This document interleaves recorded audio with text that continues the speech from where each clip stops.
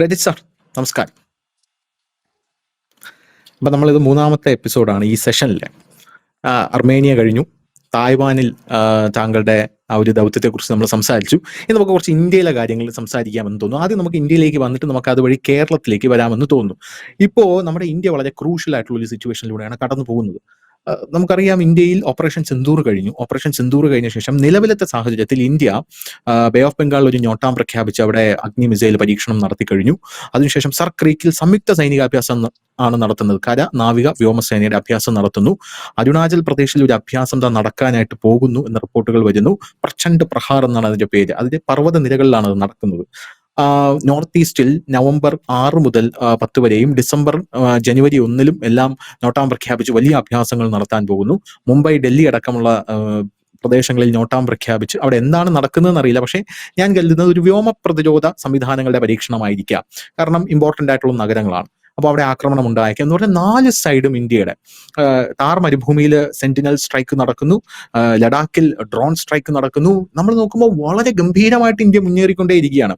പക്ഷേ ഇവിടെയുള്ള ഒരു ജനങ്ങളുടെ ഒരു ഭാഗ്യം എന്ന് പറയുന്നത് ഇതൊന്നും നമ്മളെ ബാധിക്കുന്നില്ല എന്നുള്ളതാണ്. ഇതൊരു വാർത്തയായിട്ട് അവരുടെ അടുത്ത് പറയുമ്പോഴും സത്യം പറഞ്ഞാൽ അങ്ങനെ നടക്കുന്നുണ്ടോ എന്നാണ് അവർ ചോദിക്കുന്നത്. പലപ്പോഴും ആൾക്കാർ ഇത് വിശ്വസിക്കാൻ തയ്യാറാകുന്നില്ല. അത് നമ്മുടെ ഒരു ഭാഗ്യമാണ്. കാരണം ഓപ്പറേഷൻ സിന്ദൂർ ഇവിടെ നടന്നപ്പോഴും അതിവിടെ മാധ്യമങ്ങൾ ഒന്നും വാർത്തയാക്കിയില്ല എങ്കിൽ നമ്മൾ അറിയില്ല. പക്ഷം കാരണം നമ്മളത് ബാധിച്ചിട്ടില്ല. കാരണം അത്ര ഗംഭീരമായിട്ടാണ് നമ്മുടെ രാജ്യം. ഒരു മിസൈൽ പോലും ഒരു മിസൈൽ വന്ന് നമ്മുടെ രാജ്യത്ത് വീണാലല്ലേ ആക്ച്വലി നമ്മളത് അറിയുള്ളൂ. നമ്മുടെ രാജ്യത്ത് വീണ് ഇവിടെ കുറെ ആൾക്കാർ മരണപ്പെട്ടു എന്ന്. പക്ഷെ ഒരു മിസൈൽ പോലും നമ്മുടെ രാജ്യത്ത് വീണിട്ടില്ല. നമ്മുടെ ഒരു യുദ്ധവിമാനം പോലും തകർന്നിട്ടില്ല. എല്ലാം കൃത്യമായി അടിക്കേണ്ട സ്ഥലത്ത് അടിച്ചിട്ട് തിരിച്ചു വന്നു. ഇനി വരാൻ പോകുന്നത് സിന്ദൂർ 2.0 ആണ്. അപ്പോൾ താങ്കൾക്ക് എന്താണ് തോന്നുന്നത്? താങ്കൾ പറഞ്ഞ ഒരു കഴിഞ്ഞ ചർച്ചയിൽ നമ്മൾ ഒരുമിച്ചിരുന്നപ്പോൾ താങ്കൾ പറഞ്ഞു മെയ് മാസം വരെ ഇന്ത്യക്ക് മോശം സമയമാണെന്ന് പറഞ്ഞിരുന്നു. മെയ് മാസം എന്ന് പറഞ്ഞാൽ കഴിഞ്ഞ മെയ് ആണോ അതെ ഇനി വരാൻ പോകുന്ന മെയ് ആണോ എന്ന് എനിക്കറിയില്ല. പക്ഷെ എങ്കിലും ഈ ഓപ്പറേഷൻ സിന്ദൂർ 2.0 ഏത് നിമിഷവും, അതായത് പാകിസ്ഥാന്റെ ഒരു പ്രകോപനം ഉണ്ടായാൽ, സ്വാഭാവികമായിട്ട് അങ്ങനെ ഉണ്ടാവാൻ സാധ്യത കൂടുതലാണ്. കാരണം അഫ്ഗാനിസ്ഥാൻ പാകിസ്ഥാനിലേക്ക് ഇരച്ചു കയറാനായി കാത്തു നിൽക്കുകയാണ്.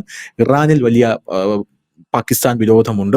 ഇസ്രായേൽ പാകിസ്ഥാൻ വാർണിംഗ് കൊടുത്തിട്ടുണ്ട്. അപ്പോൾ പാകിസ്ഥാൻ ഇന്ത്യയിലേക്ക് വരാനുള്ള ഒരു സാധ്യത കൂടുതലാണ്. അപ്പോൾ അങ്ങനെ ഒരു സാഹചര്യത്തിൽ ഒരു ഹൈ ടെൻഷൻ മോഡിലാണ് നമ്മുടെ രാജ്യം നിൽക്കുന്നത്. നമ്മളത് അറിയുന്നില്ല എന്നേ ഉള്ളൂ. അപ്പൊ ഈ ഒരു സാഹചര്യത്തിൽ എന്താണ് താങ്കളുടെ ഒരു വിലയിരുത്തൽ? ഇതിൽ എന്തായിരിക്കും ഇതിൽ ഏത് രീതിയിലായിരിക്കും ഇന്ത്യ ഈ കാര്യങ്ങളെ പ്രതിരോധിച്ച് മുന്നിലേക്ക് പോകാൻ പോകുന്നത്? അല്ലെങ്കിൽ ഇന്ത്യക്ക് എന്തെങ്കിലും ഒരു തകർച്ച എവിടെയെങ്കിലും നേരിടേണ്ടി വരും എന്ന് താങ്കളുടെ ഒരു ചിന്ത വെച്ച് താങ്കൾക്ക് തോന്നുന്നുണ്ടോ? അത് ഞാൻ പറയാൻ കാരണം നമ്മുടെ കരസേനാ മേധാവിയായിട്ടുള്ള ഉപേന്ദ്ര ദ്വിവേദി പോലും പറഞ്ഞത് ഇനി വരുന്ന വാർ കുറച്ച് കഷ്ടമായിരിക്കും, സിവിലിയൻസിനെ കുറച്ച് ബാധിക്കാൻ സാധ്യതയുണ്ടെന്ന് അദ്ദേഹം പറയുന്ന ഒരു സാഹചര്യം ഉണ്ടായിരുന്നു. അതുകൊണ്ടാണ് ഞാൻ ഇത് ചോദിക്കുന്നത്. എന്താണ് താങ്കളുടെ ഒരു ടേക്ക്? ഞാൻ പറഞ്ഞത് അടുത്ത മെയ് 1 വരെയാണ്. അടുത്ത മെയ് 1 വരെ. മെയ് 1 വരെ. കഴിഞ്ഞ മെയ് 1 നമ്മൾ അഗ്നിഹോമം പഴനിയിൽ നടത്തി. അന്നാണ് ഞാൻ ഇതിൽ ആദ്യമായിട്ട് പറഞ്ഞത്. അപ്പൊ ആ അഗ്നിഹോമം നടത്തണത് കഴിഞ്ഞ മെയ് 1 നടത്തുന്നത് നമ്മൾ ഡിക്ലെയർ ചെയ്ത് മാർച്ചിലാണ് ഡിക്ലെയർ ചെയ്തത്. അപ്പൊ മാർച്ചിൽ ഡിക്ലെയർ ചെയ്യുമ്പോൾ ഭഗവാൻ പറഞ്ഞത് ഈ യാഗം മെയ് 1 നടത്തേണ്ട യാഗം 3 പേർക്ക് വേണ്ടി നടത്തണം.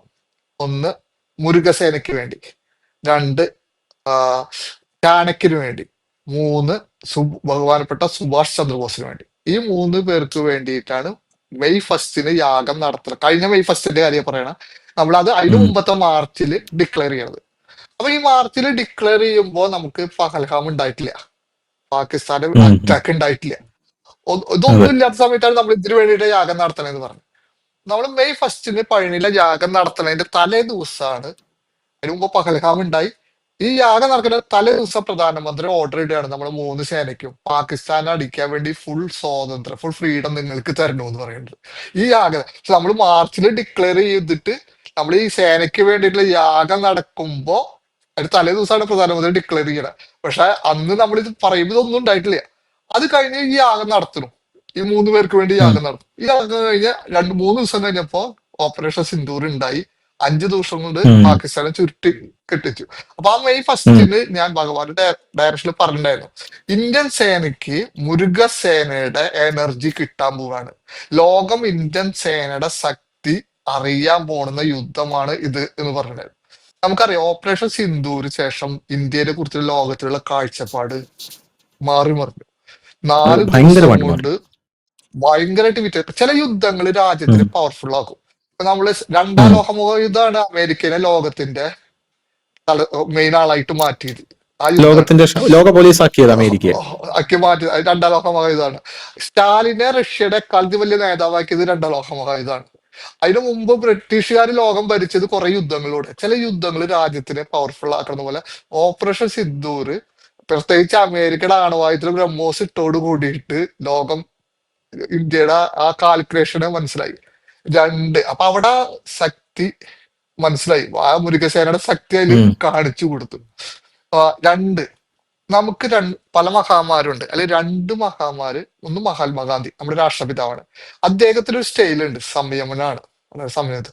വേറൊരു മഹാനാണ് സുഭാഷ് ചന്ദ്രബോസ്, അഹിംസ. അഗ്രസീവ്നെസ്. അഹിംസ. മറ്റേ ആള് സുഭാഷ് ചന്ദ്രബോസ് അഗ്രസീവനാണ്.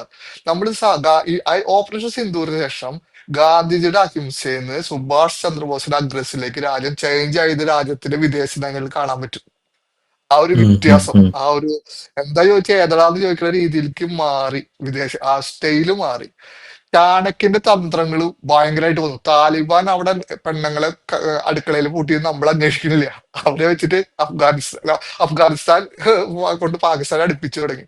ഉം, അപ്പൊ ഉം, ഉം, അത്ര ഉം, ഒരു ഉം. മൂവ്മെന്റ് നടക്കുമ്പോ അതുകൊണ്ടാണ് അന്ന് ഞാൻ പറഞ്ഞിട്ടുണ്ടായിരുന്നു, നമ്മൾ സംസാരിക്കുമ്പോഴും പറഞ്ഞു, അതിനു മുമ്പ് പറഞ്ഞിട്ടുണ്ടായിരുന്നു, ഈ അടുത്ത മെയ് 1 വരെ ഉം. ഡീപ് സ്റ്റേറ്റും മുരുകവാനും തമ്മിലൊരു യുദ്ധം നടക്കാൻ പോണെ. ഒരു ഭാഗത്ത് ഡീപ് സ്റ്റേറ്റ്, ആ ഡീപ് സ്റ്റേറ്റ് ആണ് ഇത്ര കാലം ലോകം ഭരിച്ചിരുന്ന ഡീപ് സ്റ്റേറ്റ്. ഇപ്പുറത്തെ മുരുകയുഗത്തിൽ ഭാരതത്തിലെ ലോകത്തിലെ ഒന്നാമതാക്കാൻ വേണ്ടിയിട്ട് ഇറങ്ങിയിട്ടുള്ള മുരുകവാൻ. ഇവര് തമ്മിലുള്ള ഒരു വാറാണ് ഇനി നമ്മൾ കാണാൻ പോണത്. അപ്പൊ ഡീപ് സ്റ്റേറ്റ് ഭാരതത്തെ തകർക്കാൻ പല രീതിയിൽ ശ്രമിക്കും. ഒന്ന്, ഇന്ത്യയുടെ സാമ്പത്തിക രംഗം തകർക്കാൻ ശ്രമിക്കും. അന്ന് നമ്മുടെ ട്രംപിന്റെ താരിഫാര് വന്നിട്ടില്ല കേട്ടാ, ഞാനത് പറയുമ്പോ. ഉം, ഉം, ഉം. അതിനുശേഷമാണ് ഇത് നടക്കുന്നത്. ഉം. അയൽ രാജ്യങ്ങളിൽ കലാപങ്ങൾ ഉണ്ടാക്കും. അന്ന് നേപ്പാൾ ഉണ്ടായിട്ടില്ല. അതിനുശേഷം ഉം, ഉം. നേപ്പാൾ ഉണ്ടായി.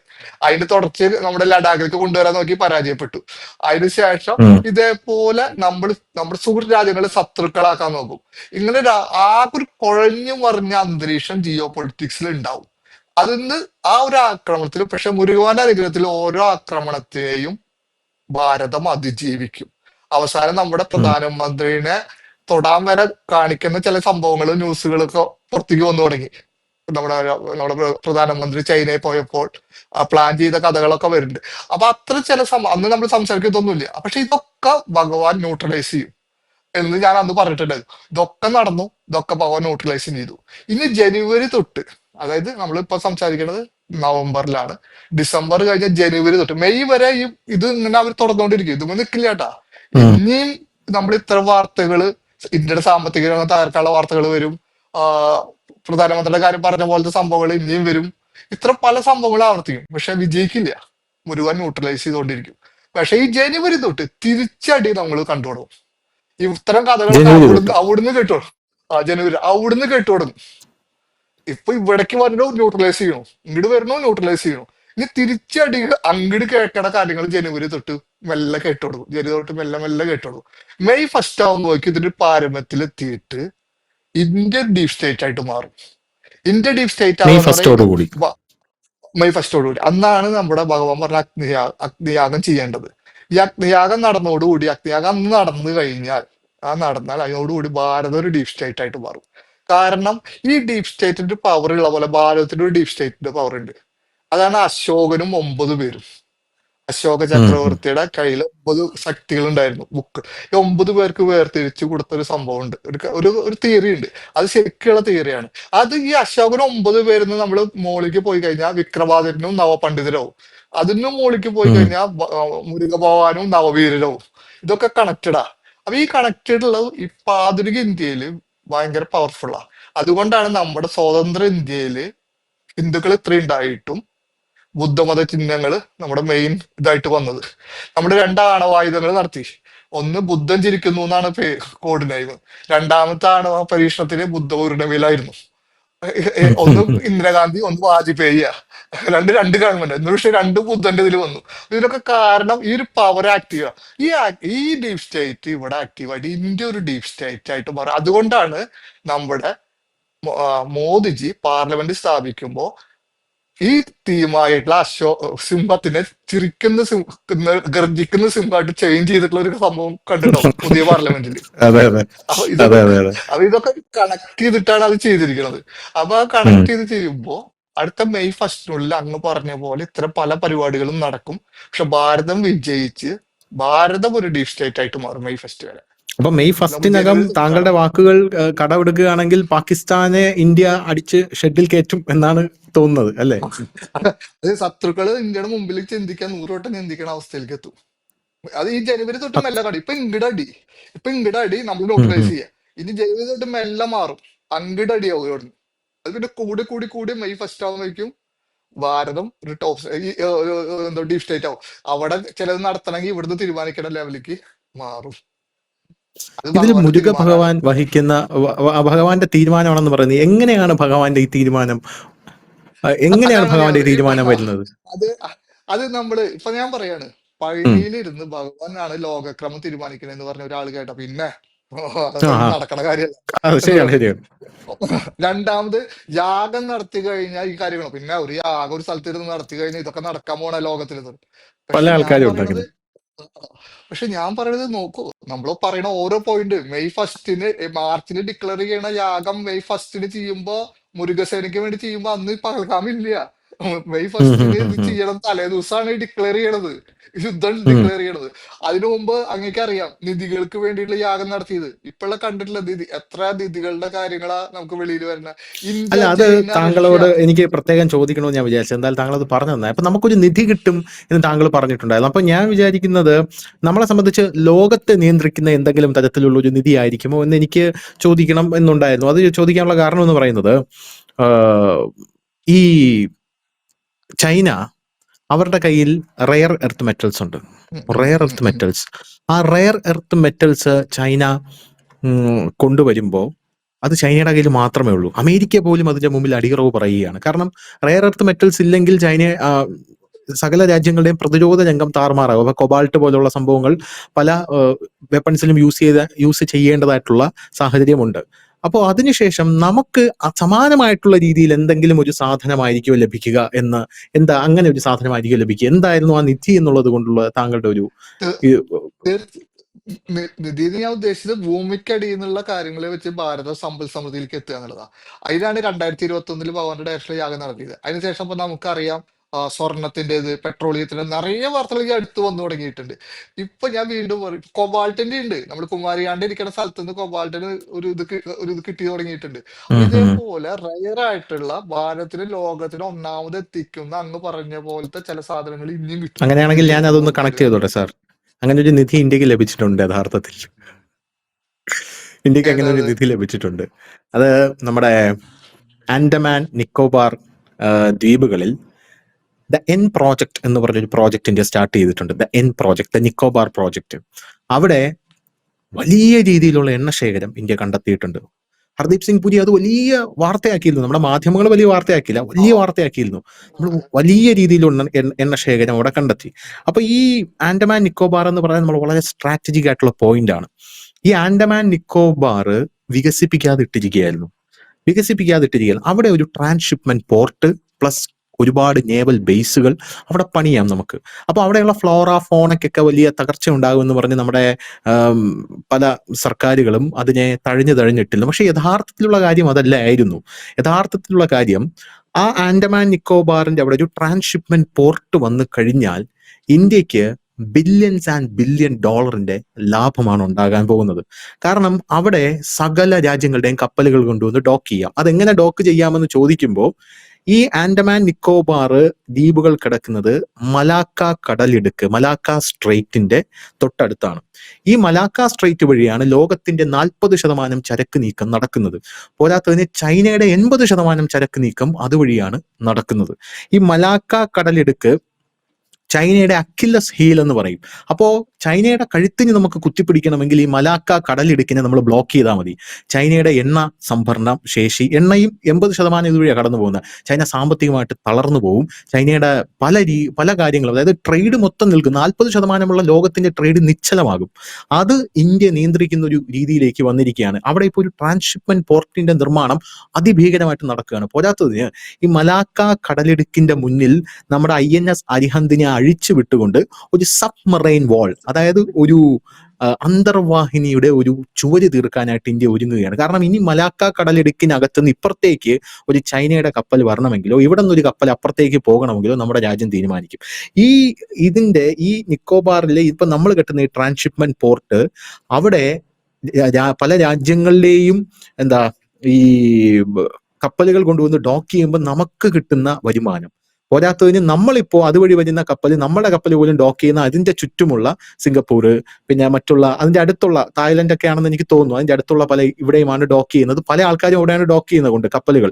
പക്ഷെ ഇവിടെ കിട്ടിക്കഴിഞ്ഞാൽ അവർ നമ്മുടെ അടുത്ത് വരും, അവിടെ ഡോക്ക് ചെയ്യും, നമുക്ക് ബില്യൻസ്. പോരാത്തതിന് അതൊരു നേവൽ ബേസ് കൂടിയാണ്. കാരണം ഇവിടെ നിന്ന് കഴിഞ്ഞാൽ നമ്മുടെ ഇന്ത്യൻ ഓഷ്യന്റെ സമ്പൂർണ്ണമായിട്ടുള്ള, അല്ലെങ്കിൽ ഇന്ത്യയുടെ സൈഡിൽ കിടക്കുന്ന ഏറ്റവും മുകൾ മുതൽ ഇങ്ങ് താഴെ വരെയുള്ള നേവൽ ബേസുകൾക്ക് നമുക്ക് കണക്ഷൻ കിട്ടുകയും ചെയ്യും. അതൊരു വലിയ വാർത്തയായിരുന്നു. അത് ആക്ച്വലി താങ്കളുടെ ഈ ഒരു ഇത് കേട്ടപ്പോൾ എനിക്ക് യഥാർത്ഥത്തിൽ ആ സമയത്ത് ഞാനത് വലിയൊരു വാർത്തയാക്കി ഞാൻ അവതരിപ്പിച്ചിരുന്നു. അപ്പോ ഇത് കേൾക്കുമ്പോൾ അതിലും വലിയൊരു നിധി ഇനി ഇന്ത്യക്ക് കിട്ടാനുണ്ട് എന്ന് എനിക്ക് തോന്നുന്നു. അവിടെ ഇതും കണ്ടെടുത്തു കഴിഞ്ഞു, അതായത് ഈ എണ്ണശേഖരവും കണ്ടെടുത്തു കഴിഞ്ഞു. അതിപ്പോ കുഴിച്ചെടുത്തുകൊണ്ടിരിക്കുകയാണ്. അവിടെ നിക്ഷേപം എന്ന് പറഞ്ഞാൽ ബില്യൻസ് ആൻഡ് ഡോളറിന്റെ നിക്ഷേപമാണ് വരാൻ പോകുന്നത്. അപ്പോൾ വലിയൊരു അത്ഭുതമായിട്ട് എനിക്ക് തോന്നുന്നു താങ്കൾ ഇത് പറഞ്ഞപ്പോൾ. തുടരാം. അതിനുള്ള എന്താ പറയാ, അതൊരു സമയമാണ്. അത് ഇങ്ങനെയാണ് നേരത്തെ അങ്ങ് ചോദിച്ചില്ല, മുരുകവാൻ എങ്ങനെയാണ് ഈ കാര്യങ്ങളിലൊക്കെ ഇടപെടുന്നത്. അപ്പൊ അദ്ദേഹം ഇങ്ങനെയാണ് ഇതൊക്കെ ഇടപെടുന്നത്. മുരുകയുഗത്തില് ഇത്തരം സംഭവങ്ങളിലൂടെ ഭാരതത്തിനെ പവർഫുൾ ആകും. അതിന് വേണ്ട കാര്യങ്ങൾ. അപ്പൊ എങ്ങനെയാണ് ഒരു യാഗം നടത്തിയ റിസൾട്ട് എന്ന് പറഞ്ഞാൽ, യാഗം നടത്തുമ്പോൾ റിസൾട്ട് ഉണ്ട്, എങ്ങനെയാണ് പക്ഷെ അദ്ദേഹത്തിന്റെ ഇടപെടലുകൾ പവർഫുൾ ആയിട്ട് നടക്കുന്നുണ്ട്. അങ്ങനെയാണ് ഇങ്ങനെ എന്താ പറയാ, ആ ഗ്രാഫ് ഇങ്ങനെ ഭാരതത്തിന്റെ കയറി പോണതും ലോക ചരിത്രം, ജിയോ പൊളിറ്റിക്സ് മാറി മറിയണതും. അതൊരെന്താ പറയാ, ഇനി കാണാൻ കിടക്കണോ ഇതൊക്കെ തുടക്കം. ഇനി കേരളത്തിലേക്ക് വരുമ്പോ കേരളത്തിന് മുരുക ഭഗവാൻ തഴഞ്ഞിട്ടിരിക്കുന്നു. അപ്പൊ ഈ ബാക്കിയെ കേരളത്തിന് മുരുക ഭഗവാൻ തഴഞ്ഞിട്ടിരിക്കുന്നു എന്നൊരു പരാതി എനിക്കുണ്ട് കേട്ടോ. അതിലൂടെ ഒരു പ്രതികരണം നടത്തിയിട്ട് നമുക്കിത് നിർത്താം. അല്ല, കേരളത്തിനെ സംബന്ധിച്ച് ഇപ്പോ എന്താ പറയാ, നമ്മുടെ LMRKയിലൂടെ ഭഗവാൻ സഹായിച്ചിട്ട് നമ്മളിലൂടെ ഒരുപാട് മുരുക ഭക്തർ, ഒരു മുരുക വേവ്സ് ഇപ്പോ കേരളത്തിലുണ്ട്. കാരണം നമ്മുടെ LMRKയുടെ പ്രോഗ്രാമുകളിൽ കണ്ടറിയാൻ പറ്റും. കാരണം ഗുരുവായൂർ പ്രോഗ്രാമിന് മാത്രം 2 ദിവസം കൊണ്ട് 6000 പേര് രജിസ്റ്റർ ചെയ്ത് 10-15,000 പേര് രജിസ്റ്റർ ചെയ്യാൻ പറ്റാണ്ട് നിൽക്കുകയായിരുന്നു. അപ്പോ ഞാൻ അന്ന് വേറൊരു കാര്യം പറഞ്ഞിട്ടുണ്ടായിരുന്നു. എന്റെ ബുക്കില് ഒരു 6 യാഗമാണുള്ളത്. 6ാമത്തെ യാഗം കഴിഞ്ഞാൽ ഓൾ വേൾഡ് മുരുക കോൺഫറൻസ് നടത്തും LMRKന്ന്. അന്ന് ആരും മുരുക കോൺഫറൻസ് നടത്തിയിട്ടില്ല. കഴിഞ്ഞ കൊല്ലം DMK ഗവൺമെന്റ് മുരുക കോൺഫറൻസ് നടത്തി പഴനിയിൽ 3 ദിവസം. അത് കഴിഞ്ഞ് ഹിന്ദു ഐക്യവേദി തമിഴ്നാട്ടിൽ വെച്ചു. ഇപ്പൊ ജനുവരിയില് ഹിന്ദു ധർമ്മ പരിഷത്ത് എന്ന് പറയുന്ന ഒരാൾക്കാർ മുരുക യുഗമാണ് മുരുക സമ്മേളനം നടത്താൻ പോകുന്നത്. ഞാൻ ഗസ്റ്റ് ആയിട്ട് എനിക്ക് വിളിച്ചിട്ടുണ്ട്. പിന്നെ എന്റെ അടുത്ത് എന്റെ പുസ്തകം വായിച്ചിട്ട് ഒരു 3-4 പേര് മുരുകഭവൻ, അതായത് ഡയറക്റ്റ് ഭക്തിപടമല്ല, മുരുകഭവൻ ബേസ് ആയിട്ടുള്ള 3-4 സിനിമ കഥ കൊണ്ടുവന്നിട്ടുണ്ട്. അത് ചെറിയ പിള്ളേരടക്കം, അതായത് പുതിയ ആൾക്കാർ. അപ്പൊ ആൾക്കാരുടെ ഉള്ളില് ആ ഒരു വേവ്സ് മനസ്സിലാക്കാൻ പറ്റുന്നുണ്ട്. അപ്പൊ കേരളത്തില് മുരുകഭവന്റെ ഒരു വേവ്സ് ആരംഭിച്ചിട്ടുണ്ട്. അപ്പൊ അദ്ദേഹത്തിന് അനുഗ്രഹം ഉണ്ടാവും എന്തായാലും. അദ്ദേഹത്തിന്റെ അനുഗ്രഹം കൊണ്ട് കേരളം രക്ഷപ്പെടും എന്നാണ് താങ്കൾ പറയുന്നത്. ഇതുപോലെ ഭഗവാൻ സഹായിക്കട്ടെ. അതായത് ലോകത്തിലെ ഏറ്റവും വലിയ മുരുകക്ഷേത്രം, ഒരു വാർത്തയുണ്ട്, മുരുകക്ഷേത്രം 155 ഫീറ്റ് അത് USA നിർമ്മിക്കാൻ പോകുന്നു എന്നുള്ള റിപ്പോർട്ടുണ്ട്. അതിൽ ഞാനത് കേട്ടപ്പോൾ തന്നെ ആദ്യം താങ്കളുടെ മുഖമാണ് ഓർമ്മ വരുന്നത്. നിങ്ങൾക്ക് എന്തെങ്കിലും ഒരു കോൺട്രിബ്യൂഷനോ പങ്കുണ്ടോ എന്നുള്ള. സ്റ്റാച്യു ഓഫ് ലിബർട്ടിയെക്കാട്ടിലും വലിയ മുരുകക്ഷേത്രമാണ് അവിടെ വരാൻ പോകുന്നത് എന്നുള്ള റിപ്പോർട്ടാണ് കണ്ടത്. അപ്പോ ഇപ്പോ അങ്ങനെ ഒരു വലിയ റിപ്പോർട്ട് വരാനുള്ള ഒരു പ്രധാനപ്പെട്ട കാരണം ഈ അമേരിക്കയിൽ ഓർഗനൈസർ ഒക്കെ അത് റിപ്പോർട്ട് ചെയ്തിട്ടുണ്ടായിരുന്നു കേട്ടോ. ടൈംസ് ഓഫ് ഇന്ത്യയിലുണ്ടായിരുന്നു, ഓർഗനൈസറിലുണ്ടായിരുന്നു. റൈസിംഗ് അബവ് ലിബർട്ടി എന്ന് പറഞ്ഞാണ് വരുന്നത്. The 190 foot Bhagwan Murugan Mandir transformation North Carolina and USA's religious landscape എന്ന് പറഞ്ഞ് ഇതിലൊക്കെ കൃത്യമായിട്ട് അതിന്റെ റിപ്പോർട്ട് ഉണ്ടായിരുന്നു. ഇതാണ് ആ മുരുക ഭഗവാന്റെ ഒരു ചെറിയൊരു ഇതെന്ന് വിഗ്രഹം. പറയുന്നത് ഒരു ഓ വിഗ്രഹം ഓ കാണുന്നുണ്ട് ആണെന്ന് കാണുന്നുണ്ട് ആ കാണുന്നുണ്ട്. വിഗ്രഹം. കാണണ്ട. അപ്പൊ അങ്ങനെ വരുന്നു എന്ന് പറയുന്നു. അപ്പൊ ലോകമെമ്പാടും USA പോലും USA സ്റ്റാച്യു ഓഫ് ലിബർട്ടിയെക്കാട്ടിലും വലിയൊരു മേ ബി എന്നാണ് പറയുന്നത്. അതുകൊണ്ട് നമ്മൾ ഇത് പറയുന്നില്ല, അതിനെക്കാട്ടിലും വലിയൊരു വിഗ്രഹം കൂടെ അവിടെ വരാൻ പോകുന്നു എന്ന് കേൾക്കുമ്പോൾ അത് ഒരു സന്തോഷം. അതിൽ LMRK എന്തെങ്കിലും ചെയ്യുന്നുണ്ടോ, കോൺട്രിബ്യൂഷൻ ചെയ്യുന്നുണ്ടോ എന്ന് കൂടെ പറഞ്ഞുകൊണ്ട് നമുക്ക് നിർത്താം. ഇല്ല, എല്ലാവർക്കും കോൺട്രിബ്യൂഷൻ ഒന്നും ഇല്ല. അത് അവിടുത്തെ ആൾക്കാർ ചെയ്യും. പക്ഷെ അതൊക്കെ ഒരു വേവ്സിന്റെ ഭാഗമാണ്. പക്ഷേ ഈ മുരുകത്തിൽ നമ്മളൊക്കെ വേവ്സിന്റെ ചെയ്യണതിന്റെ ഭാഗമാണ്. ഒരു അവിടെ തർക്കം താങ്കൾക്ക് തരങ്ങുണ്ട്. താങ്കൾക്ക് വൈകാതെ തന്നെ അവിടെയും എത്തി ആ ക്ഷേത്രത്തിന്റെ മുമ്പിൽ താങ്കൾ ഒരു ഗസ്റ്റ് ആയിട്ട് എത്തട്ടെ എന്ന് ഞാൻ പ്രാർത്ഥിക്കുന്നു. അതിനുശേഷം നമുക്ക് വീണ്ടും എനിക്ക് പോകാൻ പറ്റില്ല. അതെന്ത് യൂറോപ്പ് പറ്റി? അമേരിക്ക എനിക്ക് യാത്ര ചെയ്യാൻ പറ്റില്ല. കാരണം നമ്മൾ അതിനെതിരെ ചെയ്യണ ചില കാര്യങ്ങളൊക്കെ ചെയ്ത് ഇവിടെ ഇവിടെ ബിൽഡപ്പ് ചെയ്യാൻ പറ്റുന്ന ആളാണ്. അപ്പൊ എന്റെ യാത്ര ഒരിക്കലും അപ്പൊ അങ്ങനെ ചിലപ്പോ എനിക്ക് ഉണ്ടാവില്ല. തോന്നുന്നു അതിന് കൗണ്ടർ ചെയ്യാനായിട്ട് ഒരു മുരുകക്ഷേത്രമാണിത്. ഞങ്ങളെ രക്ഷിക്കണം, ഭഗവാന്റെ ശക്തി കൊണ്ട് ഇന്ത്യ അതെ അതെ. സൂപ്പർ പവർ ആവാൻ പോവാണ്. അപ്പോ അതേ ശക്തി ഇവിടെ നമുക്ക് പിടിച്ചു അല്ല നിർത്തണം എന്നുള്ളത് അല്ലല്ല ഇതുകൊണ്ടായിരിക്കാം അല്ല ചിലപ്പോ. അല്ല ഇവിടെ അവിടുത്തെ ഉള്ള ശക്തിയെ താഴ്ന്ന് മുരുകവാൻ ഉയർന്നു തുടങ്ങിയതിന്റെ അടയാള. അതും ഒരു അടയാളമാണ്. അപ്പൊ എന്തായിരുന്നാലും വളരെ സന്തോഷം, വളരെ ബ്യൂട്ടിഫുൾ ആയിരുന്നു ഈ 3 സെഷനും. താങ്കളുമായിട്ട് ഇനിയും കൂടുതൽ സെഷൻസ് ഇരിക്കാൻ സാധിക്കും, നേരിട്ട് കാണാൻ സാധിക്കും എന്നുള്ള ശുഭ തീർച്ചയായിട്ടും പ്രതീക്ഷയോടുകൂടി നിർത്തട്ടെ sir. Thank you so much.